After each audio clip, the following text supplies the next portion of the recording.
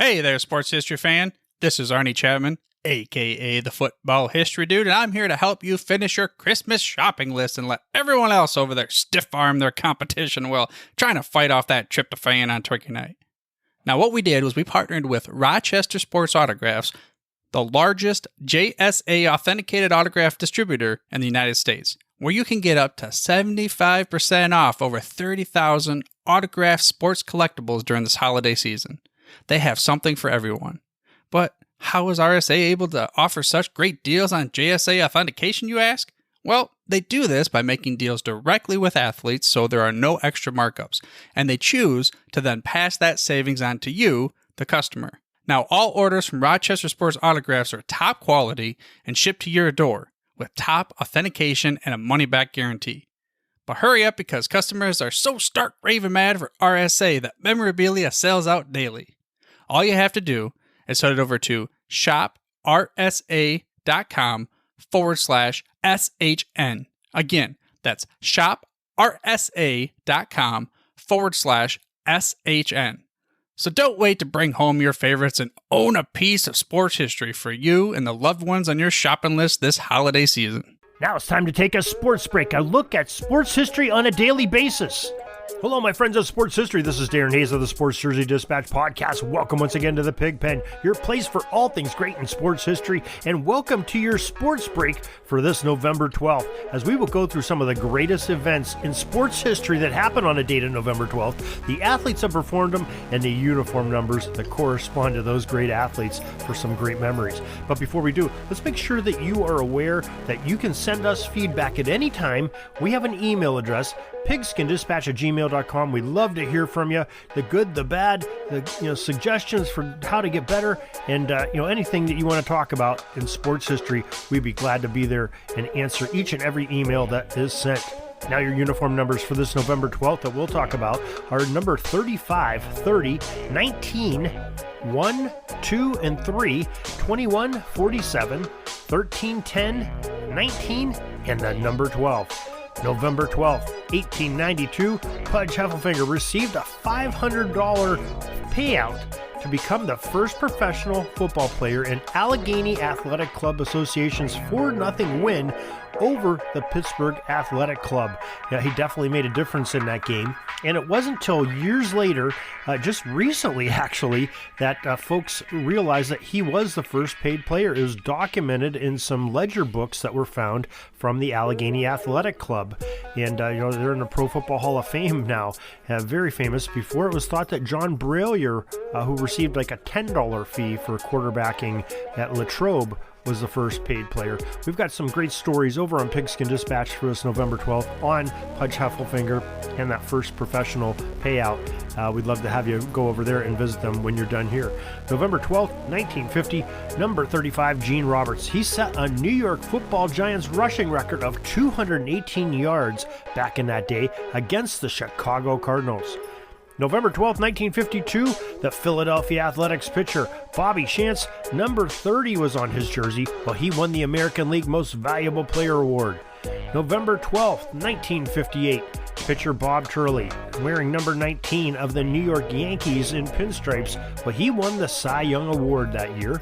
While the next year, 1959, on November 12th, Chicago White Sox second baseman wearing number 2, Nellie Fox, won the American League's Most Valuable Player Award. November 12, 1969, another baseball award. Minnesota's number 3, Harmon Killebrew, was voted the American League's Most Valuable Player.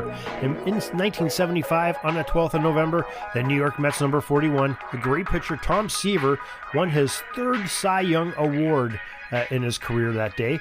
November 12, 1979, we'll go to the football realm. Kicker Tony Franklin, number 1 of the Philadelphia Eagles, well, he kicked a 59-yard field goal, pretty long field goal in any era, but especially back in the 1970s, tremendous when they were before the soccer style, mostly off the toe. November 12th, 1986, Roger Clemens, number 21 of the Boston Red Sox, won the American League's Cy Young Award in a unanimous fashion. Nobody else was voted for.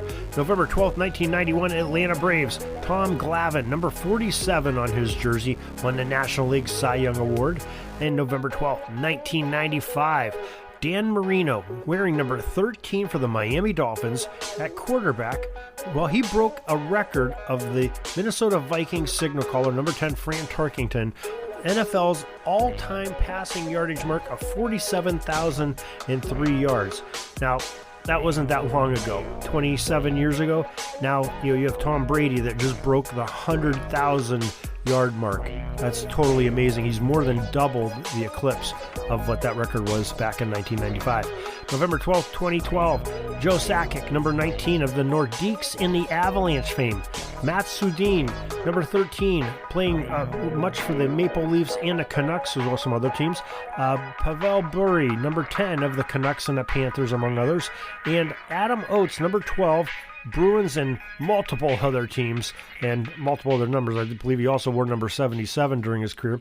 Well, all of them were inducted into the Hockey Hall of Fame on this date in 2012. So just some great players there in that group. Hockey, the baseball, the football. Who could get any more? We're talking about three of the major sports. We'll probably get some basketball information here in the next couple of days and combine that with all these, and just shows you how vast the athletes are in different sports and how they can set records and be awarded just tremendously. We try to cover that each and every day here at the Pigskin Dispatch, at Jersey Dispatch, and on the Sports History Network. Those are all three great sources for finding your great sports history each and every day, daily basis. Pigskin Dispatch and Jersey Dispatch, we have the podcast coming out one or the other every single day. And Sports Jersey Dispatch is we're trying to bring you these dailies that you can go on for years and years to listen to and always refer to. They will reoccur each and every year on this date on jerseydispatch.com. So to follow, just simply subscribe. Go to your favorite podcaster, follow us. Every time a new episode comes out, you'll be sure to get it. Or you can go to our newsletter. Very easy to sign up. Is just go to the show notes of this very podcast, sign up, and you'll know each and every time we have a post or a podcast drop on sports history. You'll know right then and there. Well, till tomorrow, everybody. Have a great sports history day. Sorry, but my pitching coach just called timeout and he's coming out to the mound. I think I'm going to get yanked for a reliever. We'll see you back tomorrow for some more great sports history on Sports Jersey Dispatch Podcast. We invite you to check out our websites, jerseydispatch.com and pigskindispatch.com. Not only see the daily sports history, but to experience the preservation of great events and people that play the games. Find us on Pigskin Dispatch. It's also on social media outlets of Facebook, Twitter, Instagram, and don't forget the Pigskin Dispatch YouTube channel to get all your daily sports history. Pigskin Dispatch is happy to be associated with the Sports History Network, the sports headquarters of yesteryear, found at sportshistorynetwork.com. This podcast is part of the Sports History Network, your headquarters for the yesteryear of your favorite sport. You can learn more at sportshistorynetwork.com.